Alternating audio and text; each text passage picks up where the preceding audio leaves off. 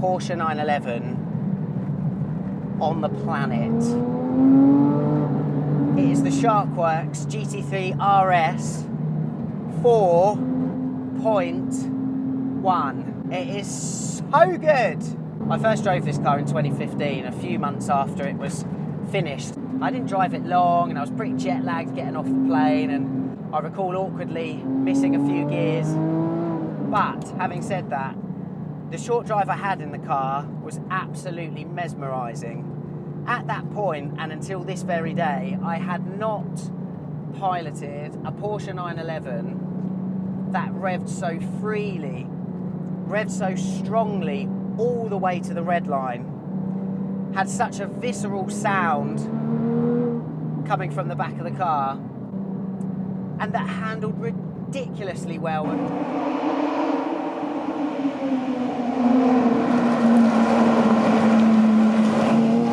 This, of course, as a base car, is the 997 Gen 2 GT3 RS, 3.8 litre engine capacity.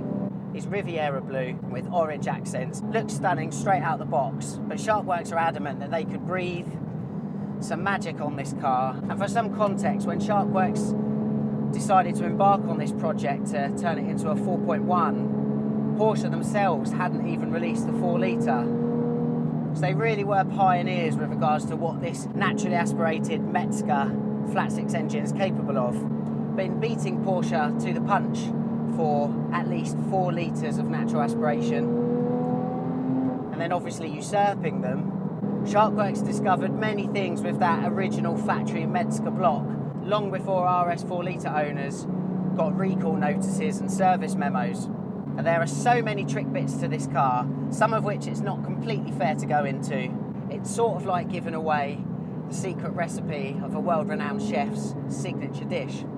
But what I can tell you is it all starts with the crank in this car, which has been uprated, has been lightened, has been machined, is made from stronger steel, has been better balanced, and as such can rev all the way up to 9,500 RPM. Tested. In upgrading to 4.1 litre spec on the block, they've used steel liners, Teflon coated pistons and titanium wrist pins, mated to the standard factory gearbox that has had its ratios revised. We've got a longer first, shorter second through fourth. We've got a revised chassis, which is kind of Sharkwerks' signature setup. That's the Bilstein Club Sport coilovers. We've got RSS mounts, bump steer kit,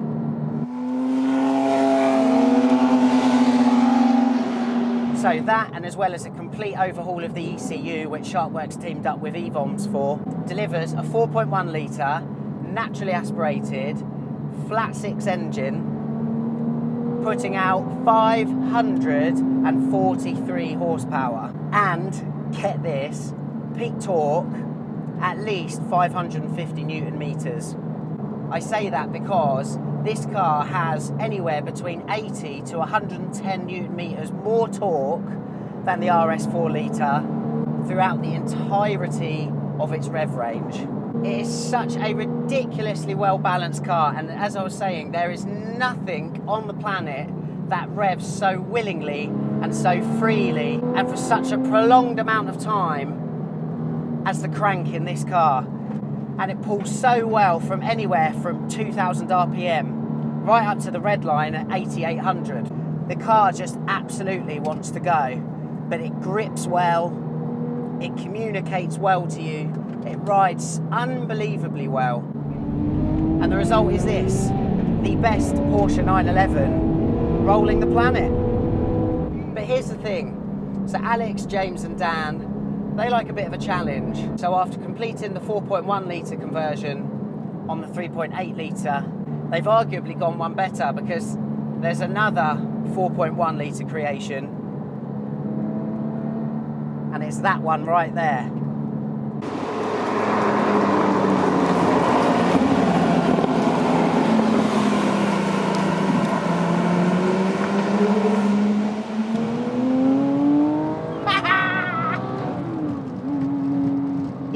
Welcome to another Sharkwerks 4.1 litre masterpiece. But there are a number of crucial differences, namely being that this car started life as a 997 Gen 1, so that's a 3.6 litre engine, GT3. This being a GT3 rather than a blown out Rennsport from birth means that it doesn't share the same body, doesn't share the same track width, doesn't even share the same engine specifications as that RS. This car then, like the RS in front, produces 543 horsepower. So the Sharkwerks guys have made up an additional 125 horsepower from a naturally aspirated flat six engine. Also, this car out the box wasn't anywhere near as polished or evolved as that Gen 2 Rennsport. The PSM, for example, Porsche Stability Management, was very, very primitive, particularly by today's standards. So the Sharkwerks guys have had to rework it, and I have to say this car is far more forgiving than that Rennsport as a result of that. This car has had tweaks to its aero too. Most notably, you can see at the front it has a cup car front splitter. Meanwhile, at the back of the car, the deck lid is now a Rennsport deck lid. On top of that, you've got a cup spec rear wing. I mean, it looks so impressive when you follow this car, that huge rear wing sitting atop taller and far more adjustable struts. The geo on this car is different as well. It's far more aggressive than the RS. You can really see that again when you're following this car from behind. The rear wheels have got quite a lot of camber to it. It all helps with the turning on this car, which is beautifully direct. But the chassis on it, again, is so good. It's wonderfully precise, very, very focused, but it doesn't hunt around on the road surface like you'd expect it to. It's such a wonderful, visceral, manual experience. I'm just trying to think if I can assimilate this car to any other 911, but it's so difficult to do so. There is no 911 that spins up as quickly as this car. I mean, it would definitely make a 911R seem a little lethargic, which is saying something. But even comparing the chassis, the arm moves around a lot on the road. This car just doesn't.